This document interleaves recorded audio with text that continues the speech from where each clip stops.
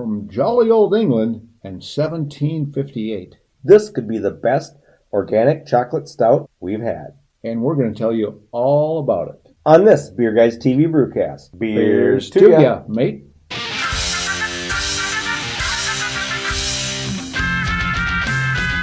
Hey, welcome to this Beer Guys TV Brew Chat. Shane and I are just going to hang out and talk beer a little bit. Where it's going, we don't really know, to be honest with you. But we invite you to grab a beer, sit down, enjoy the show, and hey, beers to you. Beers to you, hey.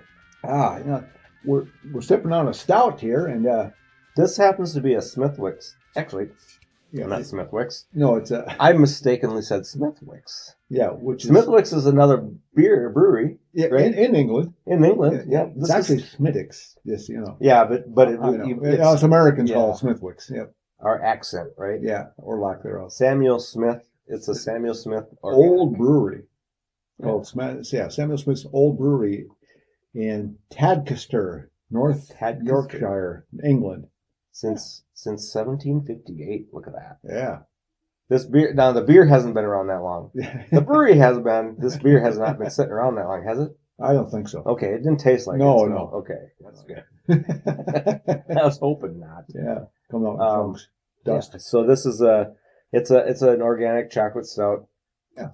Brewed with well water, organic cow nibs. Yeah, organic hops, organic cane sugar, organic malt. It's all organic. Yeah, and it's registered accordingly. It's not just words. I mean, they actually had to step up and prove that all these things were organic and stuff. So yep, and it's also registered at the Vegan Society. So it's I mean, most beer, I would say almost all beer is vegan, probably friendly. So there is that. But I mean, this is actually registered. Yeah, and then, so there's stuff. There's no pesticides or fertilizers involved, supposedly, and all that kind of stuff. Blah blah blah. Oh, that's good. Yeah, that is good. It's good because that's there's. I don't taste any pesticides in here. No, I'm not getting. Am I glowing in the dark at all? No, not yet. What's neat about this brewery, and I know we talked about it in the brewcast, but they use these old square fermenters, slate. It's this Yorkshire brewing method. Yeah, and talk about old school. I know. Yeah, that's. I'm sure people know over here in the U.S. are going, what, slate? Speaking of old school, they even deliver the beer using horses. Yeah, dray horses. I've never not gray, but dray. No, I've never heard of a dray horse. Yeah. I'm not a horse person anyway, so that's probably why. Yeah, and all I gotta say about that is, nay, I don't know anything about it. That's all I got. Look at him putting his hoof in his mouth. Yeah, it's like a disease. Yeah. So anyway, I mean, it's kind of fun. We were talking about England. You've been to England? I have. Yeah. Okay, I've never been to England. Yeah, I wanted to go. Yeah, we should go sometime. Make a beer guys trip. We should make a beer guys trip. There's a lot of good history there. There's a lot of pubs there. There are a lot of pubs. Not to get back on the Samuel Smith old breweries and stuff here, but they own a whole chain of pubs in England. Yeah. They don't allow any TV, no music, no mobile devices, no phones, no cell phones. These are traditional pubs. You go in, you socialize, you talk to your neighbor, you enjoy beer, you talk to the bartender, you talk to the other people in there. That's how it should be. That's how it should be. Although I've had people with maybe too many of these. Yeah. That you don't really want to talk to, but, there is that. Maybe you can kind of slip away. Yeah, there's okay. Thanks, mate. I know, and so you're talking about mate, and I'm thinking, well, that's an Australian accent thing, isn't it? G'day, mate. G'day, mate. Yeah, but over there it's mate, and when we were over there, it's a good on you, mate. Good on you, mate. Yeah. And the thing is that you said you were mixing up the Australian accent. Yeah, with the English accent. Yeah. I was over when we went to Australia. Carol and I been over a couple times, but. Rocket Rob, who's been on the show back, and him and I went over. We did some racing over there, and I kept going, saying, "Hey, you," and they're like, You're gonna sound like a bloody palm, which a palm is an Englander to them. Okay. I didn't. I was what? What? So I learned. I was like, okay, You look like a palm. yeah, I feel like a palm sometimes, and so I kept, yeah, whatever. So the best thing I could do is just speak my native tongue and just leave it alone. So that accent, the American accent, Yeah. or it could even be Minnesotan. Yeah, A Minnesotan accent. I've got a kind of a neat story on that. My wife and I went to a brewery this past weekend. Actually, went to two breweries, and we met up with some people some strangers. Just kind of we start chit-chatting beer, right? Sure. Oh yeah, that's what happens. Chatting with the brewery owner, and he was serving beer, and we were talking about the ingredients and whatever, and the styles and all that. And then these three people were just kind of enjoying the conversation with us, with the bartender. Just kind of eavesdropping a little bit. Well, and got involved. They got involved, and then pretty soon it's like, hey, try this, and what do you like, and that kind of thing. We went from that brewery to a second brewery. The second brewery, the brewery manager, she comes along up to we're outside on picnic tables. I enjoy cigars with my beer, and so we're outside. I'm having a cigar. I got my beer and stuff, and I had to leave. My wife was getting a little chilly, so I went back to my vehicle and got a jacket for her. Oh, kind of you. Well, thank you. I come back, and there's two other people sitting with my wife, and I'm thinking, well, who are these people? They're not the people that were at the previous brewery. They're new people. Yeah. So it's like, wow. Social magnets. Yeah, I know, exactly. I sit down. It happens to be the manager of that brewery. Oh. And she said, hey, you're a beer guy. I love talking beer. Let's talk beer. Oh, okay. Yeah. How do you know I'm a beer guy? I said. She says, I follow you. I watch your shows, and I recognize you when we walked in. It's like, oh, okay. So that was kind of fun. Yeah. Well, so then she had a friend with. Her friend's brother and his girlfriend, wife, fiance, I have no idea, shows up. Oh. And so I'm sitting here. We're at the end. So you're sitting where Chris is. I'm here. And then there's the manager. There's her friend, and then two other people. And then the people that we met at the previous brewery, they came too, and they were sitting over here. So the picnic table's full. Wow. Right? We're enjoying the night and just talking beer and talking whatever, right? And there's some music in the background. And my wife, she has a really strong Minnesotan accent. So it's like, you betcha. So it's like, it's not as bad as the Fargo movie, yeah, but maybe the Fargo show, yeah. The series. So it's very Minnesotan. And so the brewer's, the manager's friend's brother, he's chuckling to himself and he's looking at his wife and he says, I just love that Minnesotan accent. And so I know, I find it fun. Where is he from? He's locally, he lives in here, but he just, hers is so strong, and especially after a few of these, yeah, gets to be really strong. Oh yeah, but she's also, she's got a Scandinavian background, so there's her. That's what she always claims she's Viking, right? So there's Norwegian and Swedish and all those. I could see her as a Viking. Yes.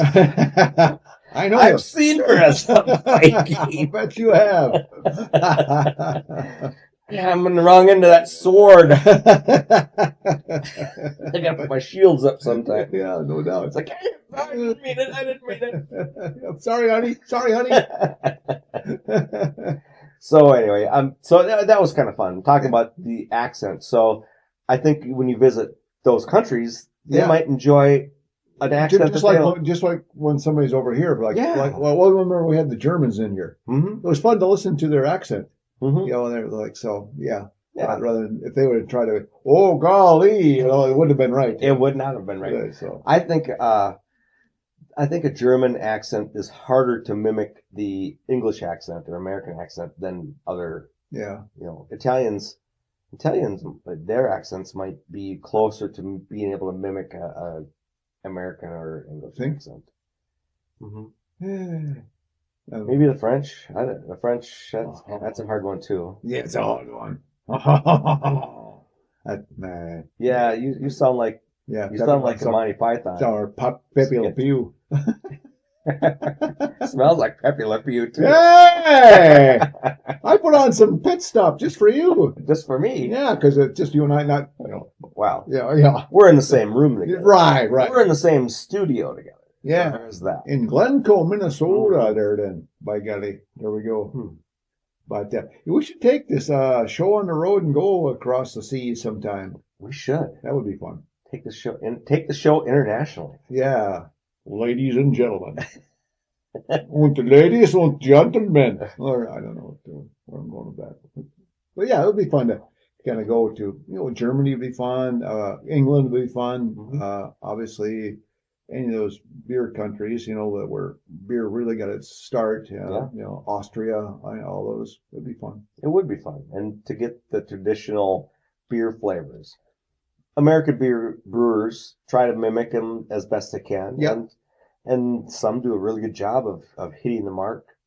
I found it interesting when we had the Germans here. The Germans were here. Oh, no. That they found a beer brewed by a local brewery that is known for their German style beers, and they found that beer not to be very good. Yeah, they gave it a skip it. Yeah. Yeah, like, that's on one of our shows, so you can check back and look at that. Yeah. But yeah, they gave it a skip it. So you never know, right? But then another one, we actually visited that brewery with the Germans, my family and I did, and they loved the beer there. Huh. But not that one that they did. Sure. That we did. Sure. So, hey, it is what it is. It is what it is. Wow. So profound. I was going to say, how profound. I know. Well, it's interesting, though.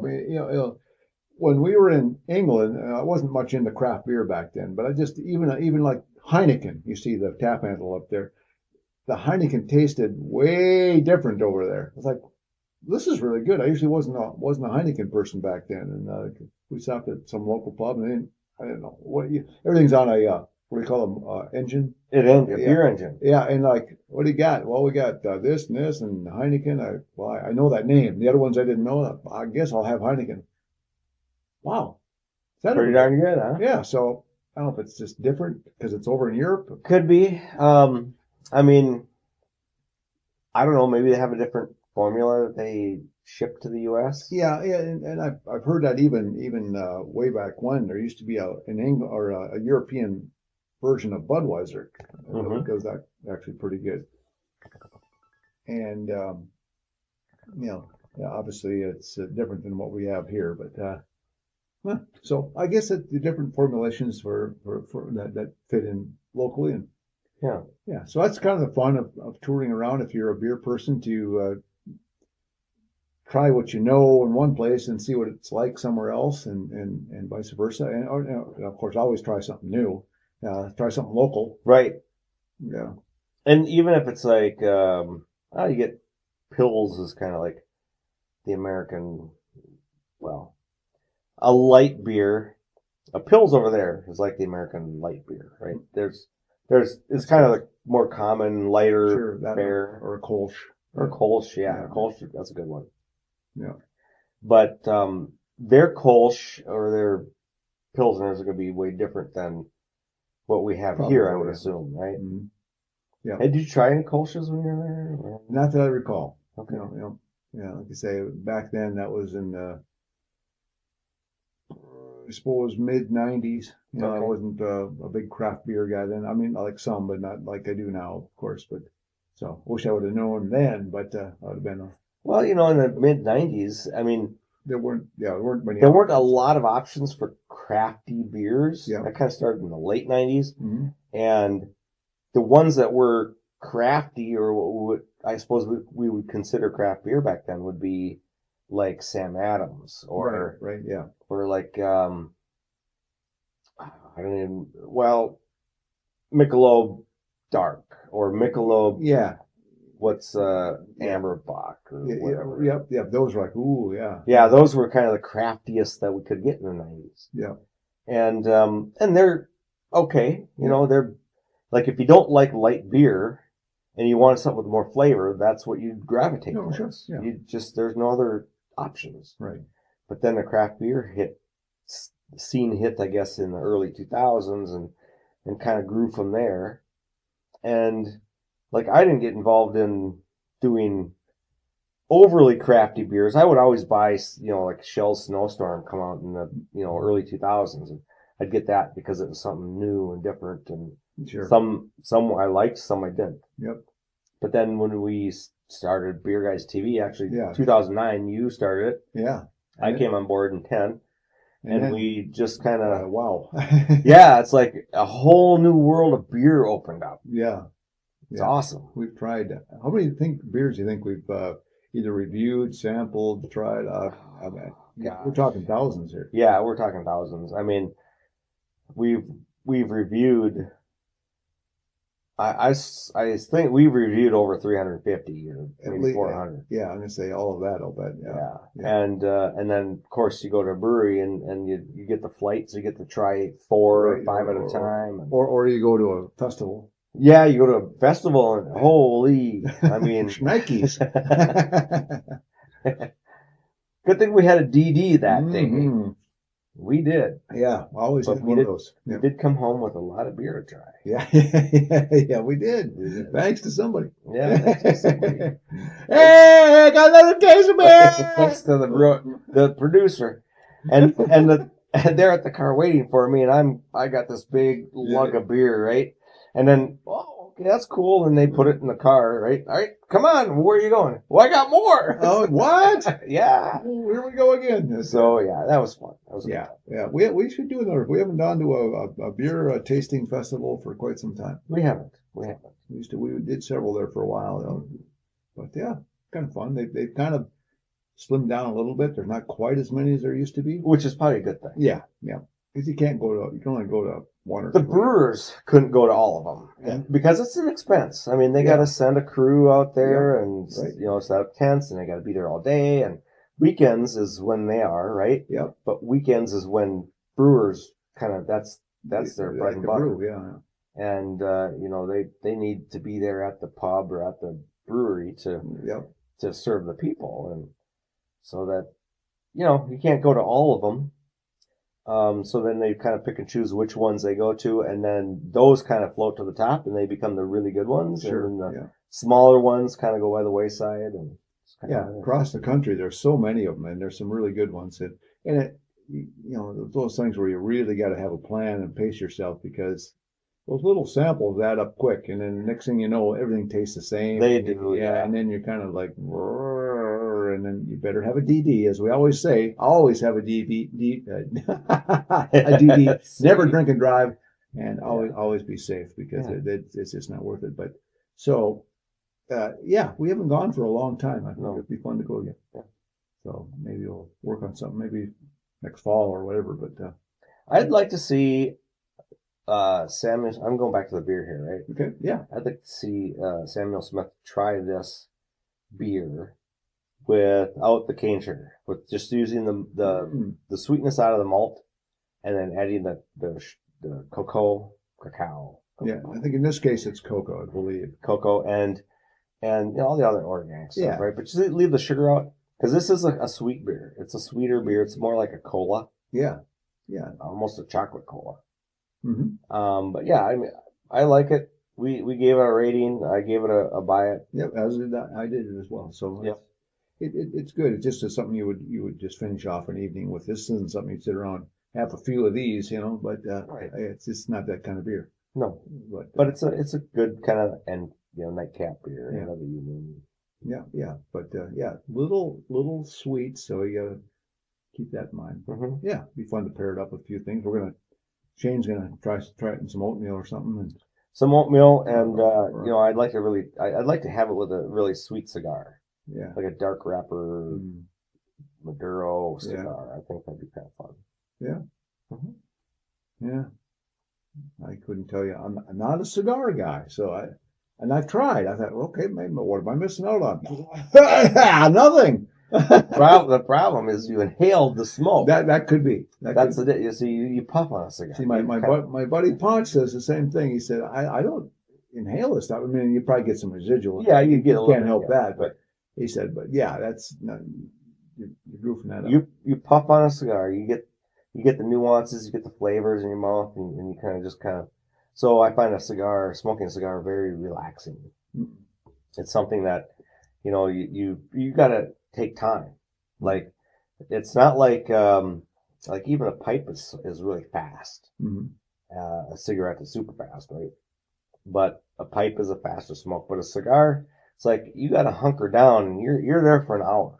Oh, really? You're there for an hour to enjoy a really good cigar. Yeah. So, I mean, you got to take the time, relax. Part of it's kind of the lighting of it. Sure. It's like very therapeutic. Yeah. And then you pair it with a beer, and it's kind of really, at the end of the day, it's like, I'm relaxed. I'm good. Good to go. I'm good. Yeah. Yeah. Well, I'll take your word for it. And that's fine.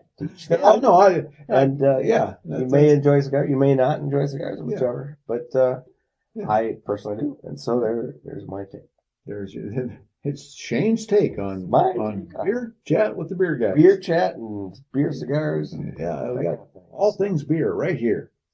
All things beer right here. Well, I think that's going to wrap up this beer chat. How's that sound? That sounds good to me, my friend. All right, and with that, we will say a beers to ya. Yeah. Yeah.